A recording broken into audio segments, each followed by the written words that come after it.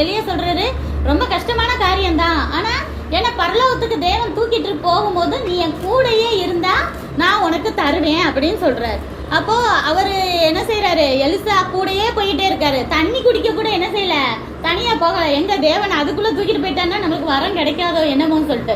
அதுதான் ஸ்பிரிச்சுவல் தாகம். எனக்கு தேவனை பத்தி தெரிஞ்சுக்கணும், எனக்கு கூட செய்யணும், எனக்கு இன்னும் நிறைய வரங்கள் வேணும், நான் ஜெபிச்சு பெற்றுக்கொள்வேன் அப்படிங்கிற மாதிரியான ஒரு தாட்ஸ் நமக்குள்ள வர வரதான் நம்ம தேவனை நெருங்குறோம்னு அர்த்தம். அதே போல எலிசா என்ன செய்யறாரு, 2 பேருமா சேர்ந்து போய்கிட்டே இருக்கும் போது திடீர்னு பார்த்தா அவங்க 2 பேத்துக்கு நடுவுல அக்கினி ரதமும் குதிரையுமா வந்து நிக்குது. அக்கினி ரதம்னா அந்த காலத்துல ராஜாக்கள்லாம் ஓட்டுவாங்க இல்லையா, அதுல வந்துட்டு அக்கினி எரியுது. பரலோகத்துல இருந்து இருக்கிறது அப்படித்தானே இருக்கும்.